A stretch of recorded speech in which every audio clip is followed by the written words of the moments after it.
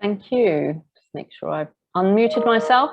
Yeah, apologies everyone for the slightly delayed start. We had a few hiccups with technology, but hopefully that won't stop us from having a really exciting and interesting discussion today. We're going to talk about COP26, climate change and mitigation today, and we have a great panel. Before I go any further, I'd like to introduce the panel to you in the order in which I'll be speaking, starting with Mr. Paul Roca, who is the Director General of the OIV, which is the International Organization of Vine and Wine. Vicky Gordon from González Vías, the Chief Sustainability Officer. I'm sure many of you know González Vías, based down in Jerez in southern Spain, who produce fortified sherries, but also brandy, still wines in various regions around Spain, and also have wineries in Chile and Mexico. And finally, last but not least, Rob Symington from Symington Family Estates, based in the Douro Valley, another fortified wine producer producing fantastic ports, Graham's, Dow's. I'm sure everyone has come across those fantastic wines, but also still wines too. So I thought I would start with a bit of a recap, really. It's nearly a year since COP26 happened.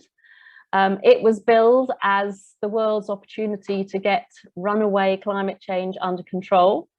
So I thought I'd just run over some of the basics, why we have these COP meetings, what they are, and how they've come about.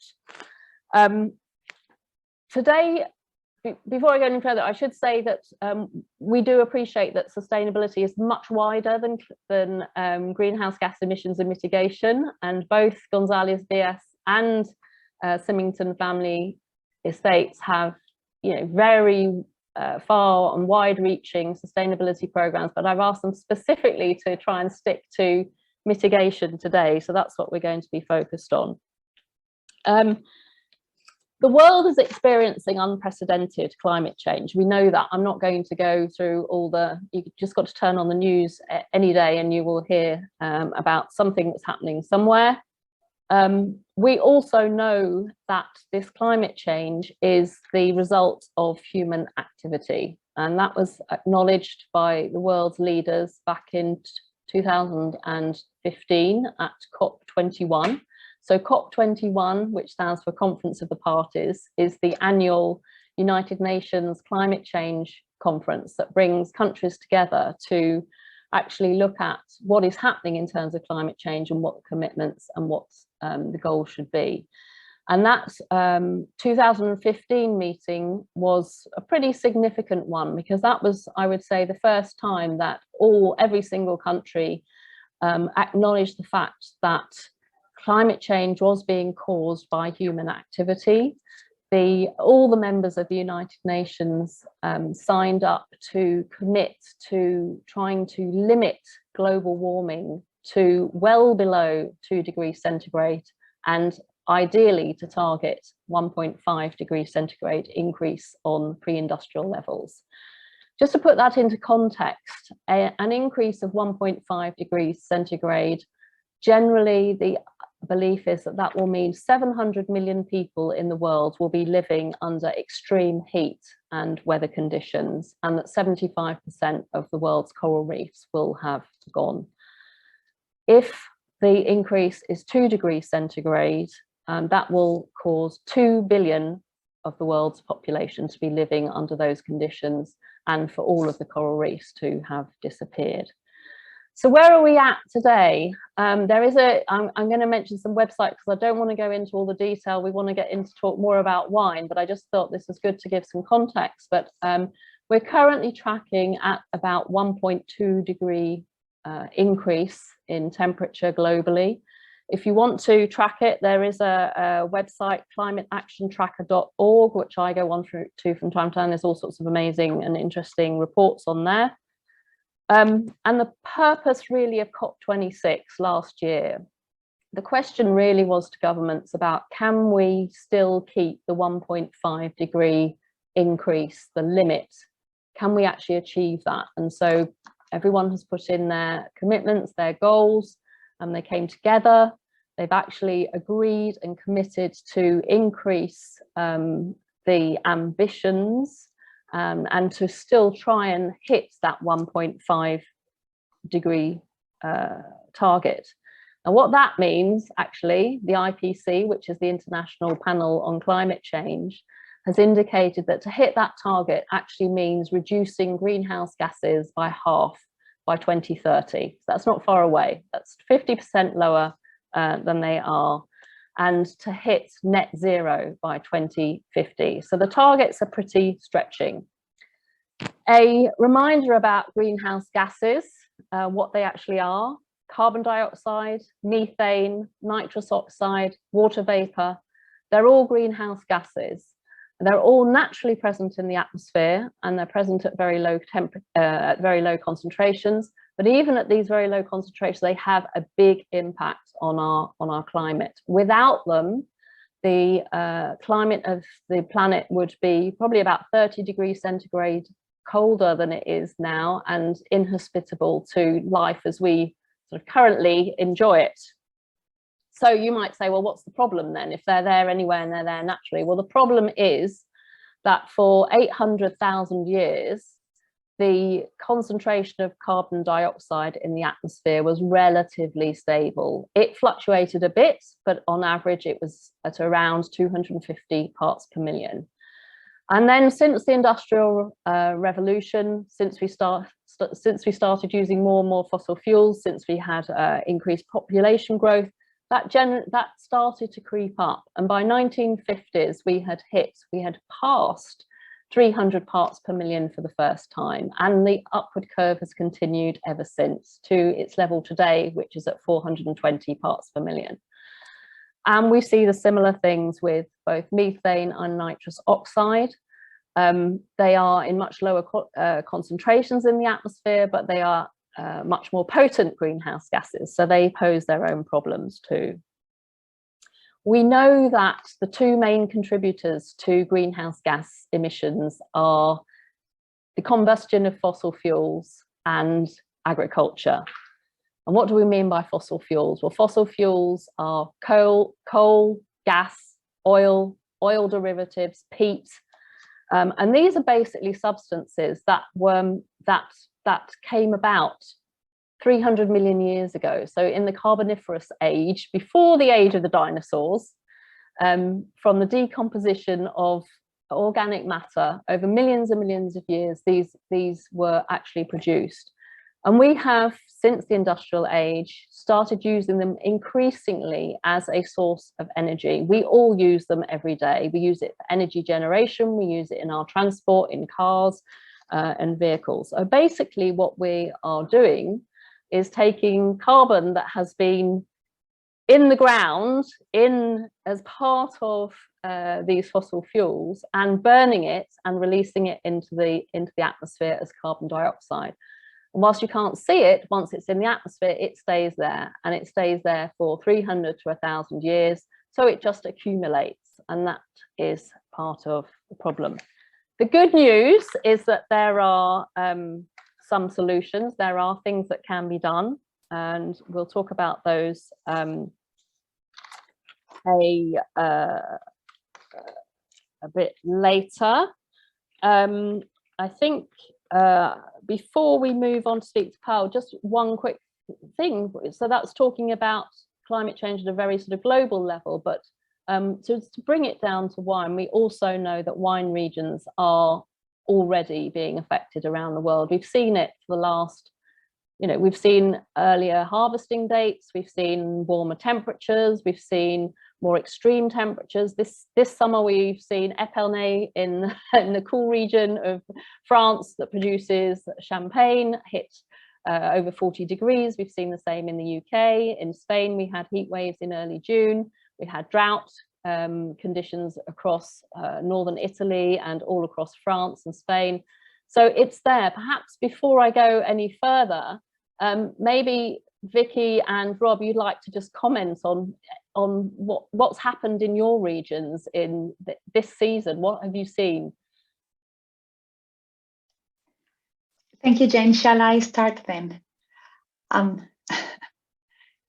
Oh, you're muted. Well, just to comment a little bit. Sorry, about just a quick comment on the 2022 season. That's all. Just a quick one. You know, has it been hot, dry? Well, we are in the middle of the harvest right now. So we started Rioja and Rueda on Monday. Some regions haven't started yet, as Ribera del Duero, for example. Very atypical year. Most of our regions, we have wineries in 9 DOs in Spain. All of them have started earlier this year, at least 1 week, some of them 2 weeks.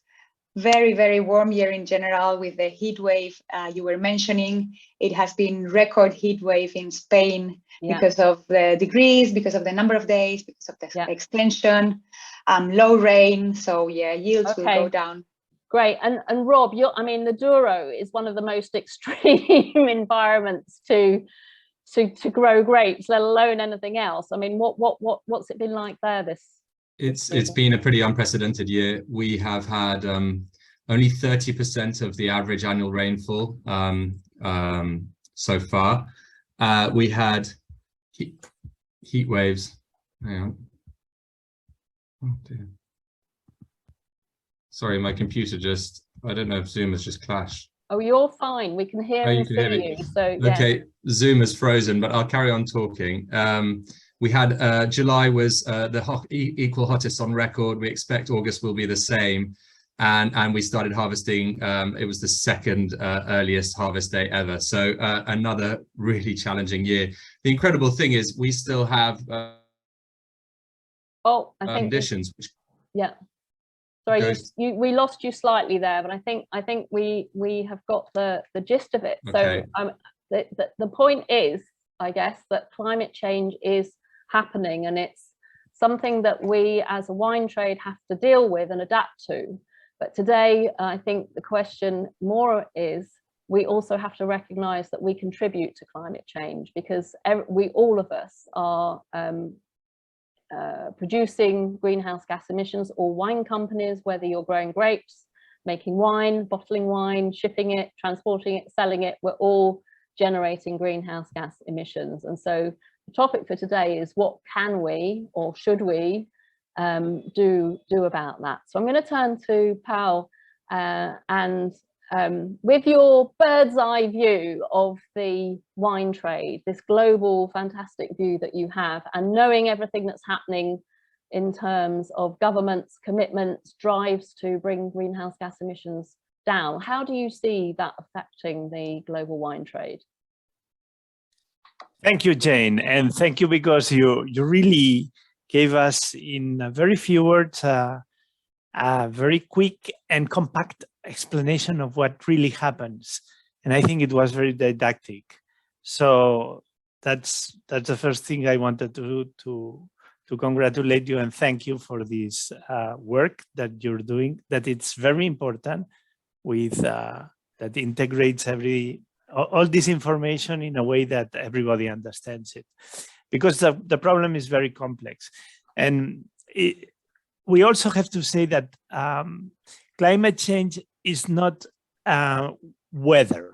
I mean, the weather we're having, it's something that might be confirming climate change. And in this case, we have these meteorological phenomena that are confirming everything. But it could be the opposite. It could, but we would really be in the same climate change. So the problem is climate change, and not only punctual weather meteorological conditions that are really at this moment confirming, but it could not be like this. So this is very important. So first of all, I think that we have to be realistic, that we have to be, you said it very well, by 2020 in Paris, 2015, by 2030, the commitment is a 40% reduction, referred to the 2009 data emissions. And this is a very important commitment in which all the industries and everybody has to contribute. How the wine industry is going to try, it's already trying to contribute, this is a very important response to give you, because you know the value chain includes producers, traders, retailers, you name all the different links. But up to now, companies of the value chain have so far, the ones that are in the initial steps have so far largely buffered most impacts. And this is important because retail, really, the effort has not been that, I have to say, has not been that important. And but the effects of climate change are there. There is a rise on volatility prices, inequality, there is distortion and disruption in many aspects that are affecting especially the consumers and quantities also. And so we have a twofold challenge: one, to contribute to sequestration of greenhouse gases, and or at least to minimize emissions. But I think we can add in the value chain, we can contribute to reduce by sequestration on our soils. We have to maintain our soils living. And I'm going to say how the retail side can contribute integrated. Yeah, I would like to ask you about that, because you know, in the latest OIV report, you do an annual report every year, which gives a sort of state of the nation, state of the industry report, which is very, very, very useful, actually. Lots of interesting information. I use it all the time. And in that report, the last report, we know, for example, that over 50% of the wine production, over 50% of wines that are produced around the world are shipped cross-border and sold in different countries. And we also know that something like 53% of those are shipped in glass bottles. Exactly. And glass bottles are a hotspot in terms of, we know that they represent about 50% of the carbon footprint of wine. They are a problem because they are energy intensive to produce. They are heavy to then transport. Do you think that as a trade, we should be doing something more collectively about that? This is very important. The answer is yes. And the problem that we're having is that sometimes we are going in different ways. One side of the value chain goes one way and the other side goes the opposite. I will picture it in a way. This is, for example, in the problem that we're having with climate change is that we're producing higher alcohol wine, richer in alcohol, and the demand because of hot weather, and because it's just the opposite. I mean, we need to go to lighter wine. So the factor of climate change makes that the two sides go in different. So we need to match that. And the problem with bottles is exactly this: marketing has a tendency to demand a high high weighted or very dense bottles. This is an example. If you take a light bottle, the consumer thinks that it's bad wine. If you have a heavy bottle, they think it's. So marketing has to work the other way around. So going back to bulk can be a solution, not for every wine, but it's something that needs to be thought about that. And not all the solutions are one way, because also we have climate change doesn't manifest the same way in different. Take the problem of water. It's a different problem in all the different regions. The only thing is that it has been disrupted everywhere. You see? So I think just coming back, because I said I would bring all of us back, because I know it's so easy to get into different aspects of sustainability, and water resources are definitely a huge part. But talking about greenhouse gas emissions, and you know, I don't want to labour the point too far, but if we're saying that this is an issue, and we are also saying, and hearing from people like Wine Intelligence, that consumers are increasingly wanting sustainable products. So, you know, is it acceptable for our wine marketing teams to say, well, we want heavier bottles, knowing that actually that is going against what is doing the right thing, and going against ultimately what consumers want, even if they don't really understand it? Now, is the challenge not for those marketing departments to actually find innovative ways of communicating these sustainable aspects? I'm going to stop you there a little bit, because I know that I have many more things and we to will say. we will come back, but Great. We will come back to it. Vicky, I'm going to move on to talk to you a little bit about González Vías, because you, I know, have an extensive program, a lot of investment, and things have already been done in terms of reducing your emissions. Can you just give us a summary briefly of how that all came about, and what you've done, and what the impact is? Yes, thank you. Well, just as a short introduction, the gentleman you're seeing here is Manuel María González. As James said, started the business in Jerez. Already from then, sustainability was part of his values, one of his principles. Next, we have our sustainability program, 5+5, caring for the planet, talking about family and looking towards the future. But I'm going to move to the next slide, which I think is going to be more interesting, if that works. Yeah, here you go. Well, this is the latest data we have on our emissions. Okay, so you can see here scope 1, scope 2, and scope 3. We have been measuring since 2013. So then, just for the benefit of the audience, can you just explain scope 1, scope 2, and scope 3 emissions, just so that everyone understands? Scope 1 are direct emissions coming out of the business you do of producing wine. Scope 2 are indirect, sorry for my pronunciation in English, maybe I don't do this right. Indirect emissions coming from the electricity that you purchase. Scope 3 are also indirect emissions of the different goods you buy, of distributing, of trips of the team, etc. So those are the main scopes. I'll go into a little detail in each of them. Okay, so as I was saying, we measure since 2013.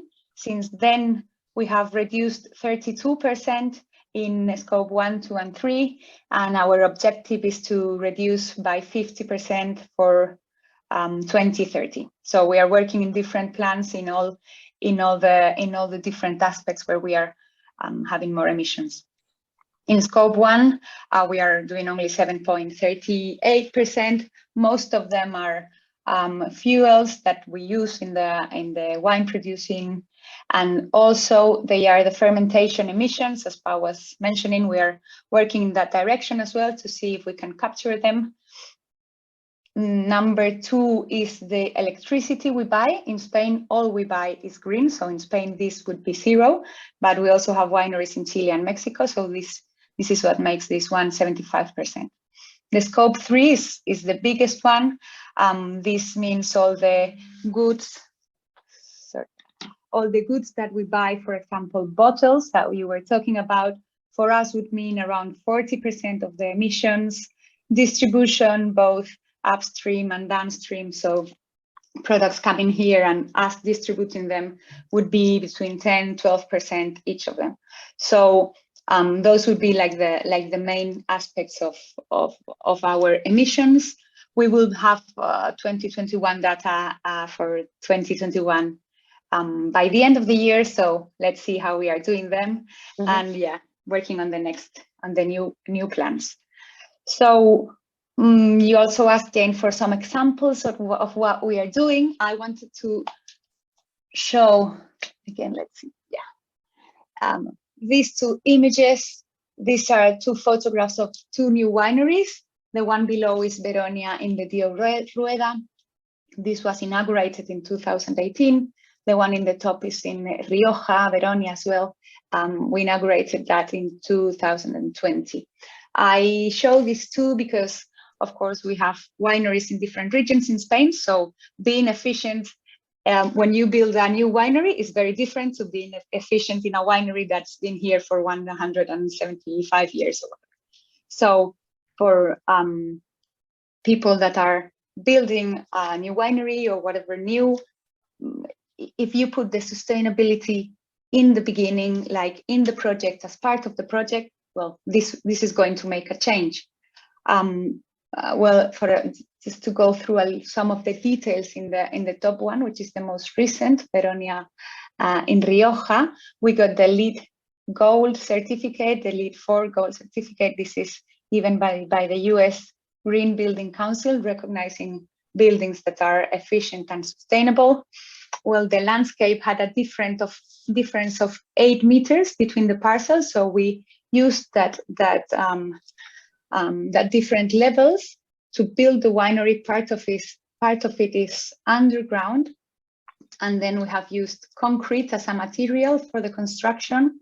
Concrete has a high thermal inertia, so this is very good for controlling temperature and helps you not to need to heat or cool so much. Right. So these new wineries, Vicky, I mean, the energy that is used in them is all, do you have your own solar panels? How much of your energy is actually produced by yourselves? Okay. For example, in Veronia, we have 4 energies. So we have photovoltaic panels, solar thermal for heating the water. We have geothermia, which heats or cools the building with water pipes that move around it that were put during the construction. So they are in the concrete walls. And also aerothermia, I've got some images there. So I'll go through a couple of images where we have some data. Maybe this is can bring also some light here. We are using between all our wineries 6 different sources of renewable energy. They generate 2.5 million of kilowatts. This means that in the wineries where we have installed some kind of energy, they can generate between 25 and 60%. Right. It really depends on where you are and what you have. So, for example, here we have a photograph of photovoltaic panels in Finca Constancia. We have 10 parks throughout our wineries, 4,000 panels or something like that. The average of what this energy gives us is 33%. Some are higher, some are a bit lower. For example, in Jerez, we are a bit below 30. Here, the challenge or the main challenge, of course, is the limit of hours of sunlight that we have. And in Spain, we have a lot of sunlight. But well, we have some work in the winery that needs to be going on during the night or whatever. So yeah. Do you have batteries to store the energy then, or we are installing batteries, for example, in Rueda now, and that is going to put the use of these panels at around 50%. So from 33, which is immediate, to 50%. And so well, this is amazing stuff. It's great. I guess the question is, not everyone's got the opportunity to build a brand new winery and design it from scratch. What are the lessons from that? What would you recommend to any wineries, or in fact any company that wants to install renewable energy? What is the technology to go for? Well, I mean, we are using different technologies. We have the solar thermal, we have biomass boilers, we have geothermia, aerothermia, even green hydrogen. It really depends. I mean, what you want. If you go for a new technology, then you have more risk. of course, because you don't know really how much it's going to cost. If you go for a new technology, you will probably have some help from how do you say, innovation or investigation or whatever. If you go for photovoltaic, then, well, nowadays with the cost of electricity, you could have this, how do you say, amortizado, paid for in maybe 3 years, 4 years. If you put batteries, then it's going to take a bit longer, of course. But then you can use the energy throughout your day. Great. Vicky, that's really interesting. I'm very conscious that time is marching on. I'm going to move on to Rob to talk a little bit about I guess some of the similar things. Sorry, I don't know how to go out of this now. I think maybe I need to go to the end. Sorry. That's okay. We can always come back to some of those, but Rob, I know that Symington Family Estates has invested in a certain amount of renewable energies. You've done quite a few other things in terms of international wineries for climate action, being part of Race to Zero. Can you give us your thoughts on mitigation and what you do? Sure. So I mean, as a company and as a family, we start from the perspective that although this problem or this massive challenge that we face is way bigger than us, and we're just a drop in the ocean, our perspective is we have a responsibility to do as much as we can to reduce our own contribution to the problem. So as a wine producer, it's very hard to actually control your carbon footprint, because as you saw from Vicky's slides, and our mix is similar, 96% of our emissions are in our supply chain. So 3% are under our direct control, the tractors and direct things. So, and of that 96, the vast amount is packaging and nominally glass bottles, although there's a fair amount of transportation, of course. So it's not rocket science to reduce your carbon footprint as a wine producer. The easiest and most impactful thing you can do is reduce the weight of your glass bottles. So we are engaged in we have something like 30 or 40 different models. We have suppliers in Portugal, we have suppliers in France of glass, and we're engaging with all of our suppliers on a multi-year program of reducing the weight of our models between 20 and 30% reduction in weight, if not more, where possible. Unfortunately for us, we've engaged in this process just at the same time as all of the global supply chains have gone completely upside down. Energy prices have gone through the roof, and a lot of our glass manufacturers' capacity to respond to our requests for what is essentially a new product development has gone down just at the time that we're asking for them to respond and help us change our models. So yes, you can also buy green energy from the grid, which is a way of signifying to the electricity market, I value, and we're prepared to pay for certified green electricity. That's not complicated. You just have to negotiate the contract. And by the end of next year, we will be producing 27% of our own electricity needs from our own solar panels on site. So there are some more innovative stuff around regenerative viticulture and carbon sequestration in the vineyard, as well as carbon capture in the winery from fermentation. Actually, that doesn't count in your carbon footprint, but I think it's still a very interesting front of innovation for wine producers to investigate. And then beyond the obvious, it's about using our voices to call for greater action, teaming up with other wine companies and trying to, in a positive way, pressure the supply chain, both upstream and downstream, to also act. And that kind of leads me to probably the question that you had around international wineries for climate action. Yeah. Shall I? Just before you go on to that, I think that you've raised a number of questions really about how we can, as a trade, influence outside of our sort of our own sort of sphere of control. Pal, do you have any ideas on that? As an organization that that sort of looks and sees the whole of the trade. How do you see us being able to influence the supply chain? Okay, I think it's first of all, I think we have to see where are the big sequestration possibilities. And I think I want to insist that soil is a big one, and that if we go for this objective, we're going to recover, the aim is 4 per thousand year. It can be better than that, because there is a large margin on soils, there is too much erosion on soils, and wine has this particular link with plots, with particular terroir.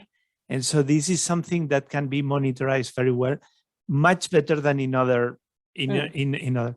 So this can generate carbon credits that need to be sold to the trade. In a way, the private sector or the upstream can, in order to offset part of its emissions, buying carbon credits from farmers and winemakers who have implemented sequestration measures can be a way. And in fact, this is one of the policies that is followed by some countries. Not everybody has the same policy. My challenge to you, I guess, would be, I agree. I think there are opportunities to sequester carbon in our soils. You know, I think as vines are perennial plants that live for decades, they can actually encourage a whole sort of biosphere around them. They can encourage biodiversity, trap carbon in the soils, do lots of things. But is that really going to be enough to offset the 50% that comes from packaging and glass? And even if it is, knowing that the world needs to bring to do as much as it possibly can to get to zero ultimately, is there more that we can do? You know, and how should wine companies be doing? Obviously, Rob has described what an individual company is doing, approaching its glass manufacturers. Is there something that we can do more collectively? Is there something that the OIV, in your sort of position looking above, can actually see a way of us being more influential in essentially actually changing bottle weights and specs, but also perhaps influencing glass manufacturers to be more ambitious and to be more innovative in moving their Scope 1 and Scope 2 emissions down? Well, we have to continue explaining and even saying what it really happens with glass bottles. That's very important. And the supply chain that has been completely distorted the last few months, because this is something that we have to account also, and then to check for accountability on all these different spaces. We were used to analyzing the 3 scopes, but we have to be very punctual on the analysis and the accountability on some parts. And both of you, Rob and Vicky, have been very clear on that. The only thing is that those 2 companies, for example, they take over more than the load they can do it, because and this is another, they take a big load of responsibility, and the part of that is just giving some exemplifying that many wine companies think that they have to be the example. It's true, it's a paradigm, but it's a paradigm because the wine sector is a paradigm because it's linked to the origin. And linking that to the origin means to provide for integrity of the product. And many times you have to bottle your product at source, because not always, but bottling at source, it's part of the DNA of the integrity, what the consumer expects. So we cannot give away bottling. Mm. The only thing is that we have to reduce weight and find other ways. Yeah. Direct sales might be a small solution. You have many times direct sales. We have to calculate the CO2 emissions of changing some aspects of what it also on trade is the on trade consumption is very different than off trade consumption. So why don't we equilibrate all these elements that are small, but the big stuff can be done by soil sequestration? That's enormous. So soil sequestration, we've heard, I think, is a big one. Both Rob and Vicky, I think, Vicky, you said you do count the CO2 that comes off alcoholic fermentation in your greenhouse gas emissions, which is great. Coming back to, so you are two individual companies, but there are, for example, the Australian wine and grape industry has made a commitment to reduce its scope 1 and 2 emissions to 0 by 2035, and then to bring all emissions down by 2050 to 0. Do you see any other regions doing that sort of thing? What do you think collectively, would it be better if instead of González Bias and Symington Family Estates were doing this as individuals? Is there a way of regions doing it, or countries doing it, or the global wine trade coming together as a whole to promote wine and its advantages versus, I don't know, beer and spirits and non-alcoholic products?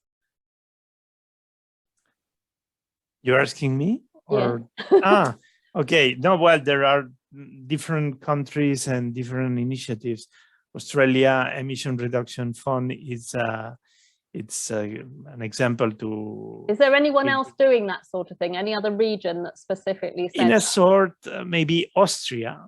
They are very active in an educational program that is having a lot of effect on the trade. So Austria, it's can be an example of on how the behavior, because they are a large group of small wineries, and they work very well together. It's curious this, and then you have the example of very political oriented countries like France that has mechanisms of trying to have trade commitments linked to purchasing carbon credit, in order to balance the situation. It's but wine, it was not included in the first list of course of construction, cement, or the big ones. So the big industries have been but even in even in agro industry, meat and cereals have been targeted as the ones that, and they have some advantages also, because being considered as being first objective, it means that you have larger capacity, or the delta can be bigger of improvement. I insist. I think the delta in our industry is unfortunately in the first stages of the transformation side of the transformation, which is very unfortunate, because all the effort has to be done mainly by producers and bottlers, and then the last part kind of through certification, but there is a jungle of certification. Yes, I was going to ask a general question about certification, or maybe come back to that, because I did sort of cut Rob off when you were going to talk about the IWCA, which is one possible, it could be, it's not quite a certification, but it's certainly in that vein. Perhaps you can talk a little bit about and I know that you've got various certifications actually that Symington Family Estates are part of. Could you give us a view on what you think about certifications? I think that the world of business and the world of wine is littered with examples of greenwashing. And I think certifications are a credible way of combating greenwashing. I think consumers want to trust that your claims are verified, and certifications help achieve that. With International Wineries for Climate Action, our approach is that we're stronger together and that we have a responsibility to lead by example. I had a CEO of quite a well-known wine company said to me last year, Rob, no board of directors is going to sign up to carbon emissions reductions goals that they don't know they're going to achieve. And I must admit, I found that comment pretty disappointing and surprising. But it's reflective of a 20th century mindset towards business, which is, well, it's not my problem. I'll wait until I'm told what to do by the law. And until that point, I'm not going to sign up to reductions goals that I don't know how I'm going to hit.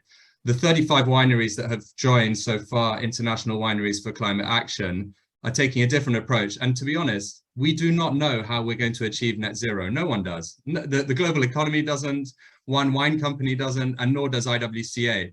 But this is about. But we know we have to achieve it. Exactly. And you know that you can do the first 20%, and you know that unless you measure and work together, you're never going to have the breakthroughs to achieve the subsequent reductions. So we could all sit here. I mean, global parts per million have been, I was born in 1983 when there were 350, now it's 2022 and they're 425. And we've been talking for my entire lifetime, and global emissions last year were the highest they've ever been. So clearly we need to move beyond talk to action. And that's where I think certifications, but also associations and working together will, you know, when a company like us makes a public statement of intent, we're holding our own feet to the fire. We're saying, okay, we don't know how we're going to do this, but we believe that this is the right thing to do. And we're joining with like-minded wineries around the world to try and figure this out. I mean, this is the only way we're going to achieve change. And Race to Zero, you're also part of. Can you perhaps explain a little bit more? I'm not sure how much people that are on the call will know. IWCA was the first agricultural and wine association to join the UN's Race to Zero. Race to Zero is really what you're talking about, Jane. On a global basis, Race to Zero is 730 cities, 31 regions, 3,000 businesses, 120 countries, and 600 universities, and they're all got together and they have strict requirements around measuring and goals and reductions to basically say, we're setting the global standard for non-state actors to reduce CO2. So it's the same thing that IWCA is trying to do, but at a global level. And, you know, I don't know who said this, but you can't manage what you haven't measured. So you have to start with measurement, and then you have to start with the quick wins and the low-hanging fruit. And then from there, we need the breakthroughs, because unless we stop the global economy, which no one's going to want to do, we need to figure out a path to a low carbon and then a zero carbon or a net zero carbon economy. Great. Vicky, you also mentioned how important measurement is or has been for González Báez. I think you said you've been measuring since 2013. Do you have a goal to get to zero? What is the overall plan? I think you did mention some targets that you'd already hit. Well, we started measuring in 2013. Since then, we have reduced 32% in scopes 1, 2, and 3, and our objective is to reduce up to 50% for 2030. Of course, we have the objective of net zero 2050, but as you were all saying, this is something we cannot do by ourselves. I mean, all the industry needs to work together. Both glass suppliers, they are working together, but we need supply chain to also have this objective in mind, and also the distribution, because in the end, us working by ourselves is as you were mentioning, difficult. Yeah. So let's just, I think I thought there were some questions, but it looks like they've already been answered. So I'm just going to carry on for a few minutes. We're going to run over slightly because we started a little bit late. So I hope that's okay for everyone. And just move on to say, okay, given all the experience, given what we've talked about here, if you were going to advise a business, any business, whether it's a wine producer, a wine merchant, you know, someone involved, doesn't even have to be in the wine trade actually, how should one go about developing a carbon reduction strategy? Is it, you know, do you set the goal first and then work, you know, you talked about sort of big goals and then not quite knowing how you're going to get there. Do you measure first? What is the process? I don't know who wants to take that first. It is important, I think, to follow some guidelines which are common and to measure things the same way and to have some harmonized ways to in order not to have unloyal competition on this also. So I think we have been producing guidelines for many years together with I was going to ask, do you have a tool that someone can use? Yes, we are using, in fact, all the guidelines and the different certifying agencies are using, at the end, they are all oriented by a common producing standards, which we have been producing for years on many on sustainability in general, but very precisely on some issues like water usage or soil management or how to measure also the scopes. But this is also more in ISO systems, so we are collaborating with that also. And I think this is the first step. And then, of course, education and communication is very important. This is something that needs to be an accountability. Everybody has to be able to show what each one has done. No? Yeah. So we've talked about measurement. We've talked about, well, and it links to the certification. It's about having a process, a standard process, and being able to demonstrate that what you say you're going to do, you are actually doing, and you have results. Is there anything else beyond that? I mean, Vicky and Rob, do you know, how does it become part of the way of doing business? Is developing strategy down to, you know, a champion within the business and then a team that just go off and do it, or is everyone involved, or, you know, how do you actually do that? Well, my perspective is that in the wine sector, we have a lot of small and medium-sized operators, not just producers, but throughout the value chain. Mm-hmm. And I'm going to slightly contradict myself, because although I do think that a winery with a strong sustainability program should be measuring and reducing carbon emissions, I think often I talk to colleagues and friends who work in organizations and wineries who simply do not have the scale to do this. Although organizations like OIV and IWCA have calculators and tools that can actually mean that you don't need a lot of expertise and time and money, I do understand that for some people it's just too much. And honestly, I would say that what's important is that we all talk about this and act. So if you're an organization, a winery that's not measuring its carbon emissions, that doesn't mean you can't begin talking to your suppliers, start moving towards lighter bottles, and generally making this be part of our language as wine producers and business people. I think there's still a lot of carbon illiteracy throughout the business world, and so we all have a responsibility. I think this will be one of the currencies of the coming decades, is carbon. So we need to learn how to speak this language, even if we're not got the infrastructure to have our own carbon footprint measured. Because one way or another, I mean, if business was going to solve this problem by itself, we would already have started reducing emissions. So one way or another, I think governments are going to start regulating on carbon, and carbon's highly likely to become more expensive. And as a result, we're all going to pay a lot more attention to carbon over the coming years. I want to say something on what Rob said. And there is no contradiction on what he said about the scale, because when you do the efforts on mitigation, but at the same time, we need to go the other side of the same coin, which is adaptation. And there, the fragmentation of the sector is an asset. The economic biodiversity, it's an asset to adaptability.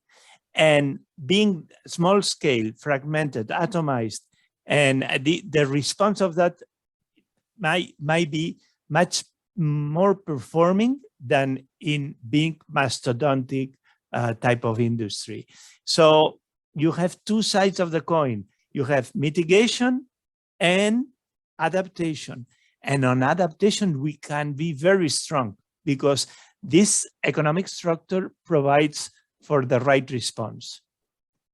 You see, it's like it's having a strategy like a species strategy in ecology.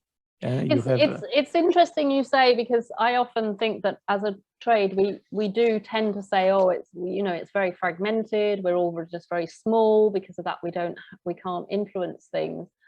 But in the same way that diversity in the workplace brings increased creativity, better problem solving skills, more ideas thrown out, actually could fragmentation in the wine trade actually generate and help bring lots more solutions, more ideas on the table, more cross-fertilize, more cross-pollination of ideas, sharing best practices.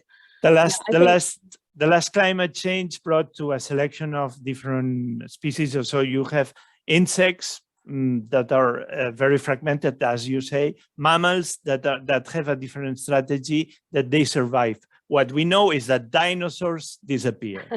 That's the thing. Yeah. So maybe we are more in a strategy of insects and not so much as mammals. So we mustn't be dinosaurs. We have to. That's the thing. We cannot be dinosaurs. And there are many change. Dinosaurs still. Yeah, at least in economy. Excellent. Listen, we're running very, very short of time now. It's been a fantastic conversation. Has anyone got any other final thoughts that they would like to share with the audience in terms of, Vicky, I can see you're desperate. Yeah. No, I wanted to answer your question about how to integrate in the business. Yeah. Well, just to share our experience here. I think this needs to be part of all areas of the company. I mean, not only just one person, but across the company, because you need people who do the buying of the bottles to be involved. You need the people in vineyard to be involved. You need people in logistics to be involved. So in the end, well, what we have done, we created a couple of years ago, we call it the Green Team. So this is a multi-department team that we get together once every month, and we put all sustainable things on top of the table. This helps to move things forward. So maybe this is something that is useful for somebody. I think that comes back to Rob's comment about being able to talk carbon, and Paul's point about the importance of training and people understanding stuff. So yeah, that's brilliant. Thank you so much, all of you. I know that you're incredibly busy. It's harvest time, and I know, Paul, also it's a busy week for you. Thank you so much all for joining us. And for everyone on the webinar, thank you to you guys too. We will have another webinar, which is on Wednesday, the 19th of October, same time. Actually, we're going to be delving a bit more into packaging. So we will talk about not just bottles, but alternative format packaging too. That's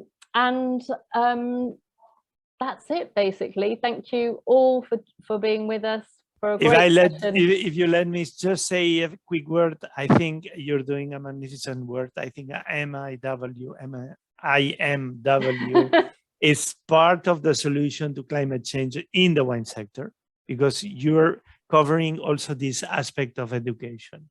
And thank you so much, because you're fundamental on this role. Okay. Great, lovely. Thanks, Thank you, Paul. Thank you. Bye, everyone. Bye-bye. Thank you very much. Bye. Bye-bye. Bye. Thank you.